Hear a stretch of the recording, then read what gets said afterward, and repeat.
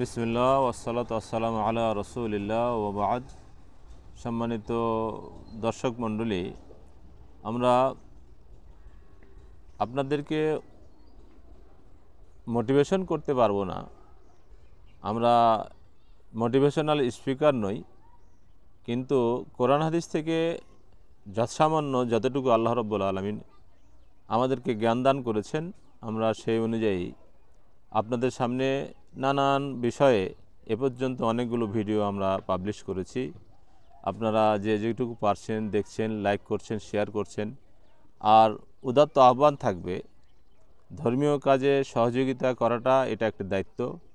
আপনারা যারা গানে বাজনাতে, বিভিন্ন নারী ছবিতে, নারীর দেহ প্রদর্শনী হয় এমন ভিডিওতে লাইক করছেন, শেয়ার করছেন, প্রচার করছেন, এটা আল্লাহ রাব্বুল আলামিন কিয়ামতের মাঠে আপনাকে ধরবেন নিঃসন্দেহে, এবং এটা গুনহে জারিয়া থেকে যাবে। যতদিন ফেসবুক থাকবে, টিকটক থাকবে, অর্থাৎ সোশ্যাল মিডিয়া যতদিন জীবিত থাকবে, আপনি ওই গুনহার কর্মগুলোকে সহযোগিতা করবেন, লাইক করবেন, শেয়ার করবেন, এগুলো আপনার থেকেই যাবে কিয়ামত পর্যন্ত। অর্থাৎ ফেসবুক, টুইটার, ইনস্টাগ্রাম, অর্থাৎ সোশ্যাল মিডিয়ার যতগুলো মাধ্যম আছে, আপনি যেখানে লাইক করবেন, শেয়ার করবেন, অথবা নিজে গান বাজনা ছাড়বেন, সেগুলো আপনার গুনহায় জারিয়া হিসেবে থেকে যাবে। অতএব আসুন আমরা আপনাদেরকে সতর্ক করতে চাই, কারণ আপনাকে আল্লাহ রাব্বুল আলামিন অনেকগুলো নিয়ামত দিয়েছেন।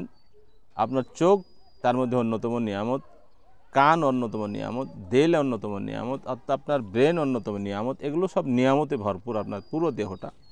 আমরা তেমনই একটা বিষয়, সূরা আল তাকাসুরের শেষ আয়াতটি আল্লাহ রাব্বুল আলামিন যেখানে বলেছেন সুম্মা লাতুসআলুন্না ইয়াওমা ইযিন আনিন নাঈম, কিয়ামতের দিন এমন একটা দিন, অথবা তোমাদেরকে, আয়াতের অর্থ হচ্ছে অথবা তোমাদেরকে অবশ্যই জিজ্ঞাসিত হতে হবে যে সমস্ত নিয়ামত তোমাদেরকে আল্লাহ রাব্বুল আলামিন দান করেছেন।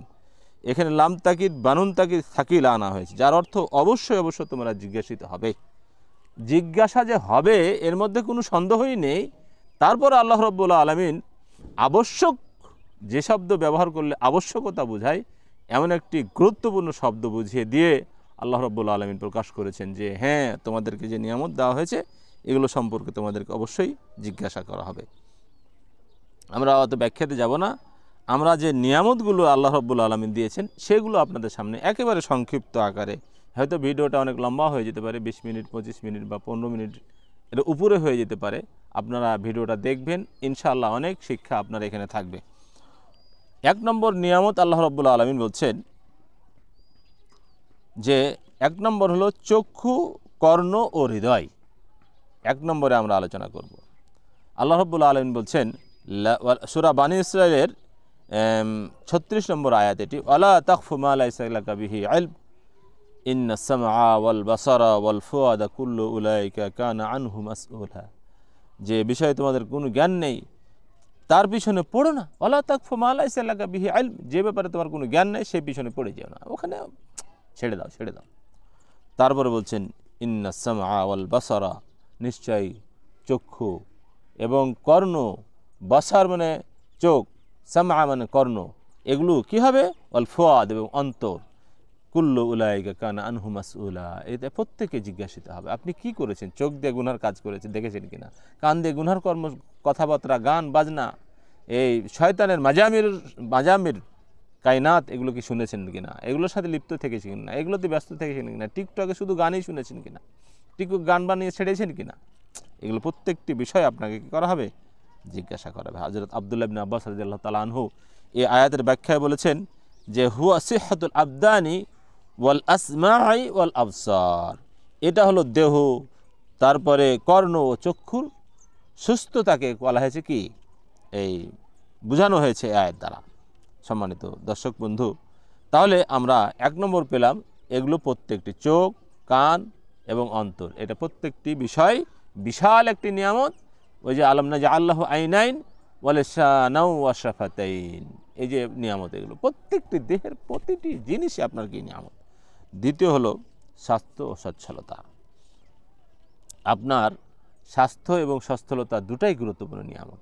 এই দুটো নিয়ামত যদি আপনি বঞ্চিত হয়ে যান, তাহলে আপনি দুনিয়াতেই আপনার জন্য দুনিয়া জাহান্নামের টুকরা হয়ে যাবে।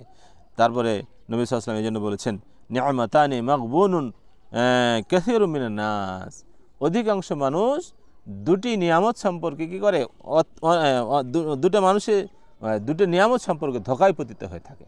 নিয়ামাতানি মাগবুনুন, ধোঁকায় পতিত হয়ে থাকে। আসিহাতু আল ফারাগু, একটা হলো সুস্থতা এবং স্বাস্থ্য এবং সচ্ছলতা বা সুস্থতা বলতে পারেন।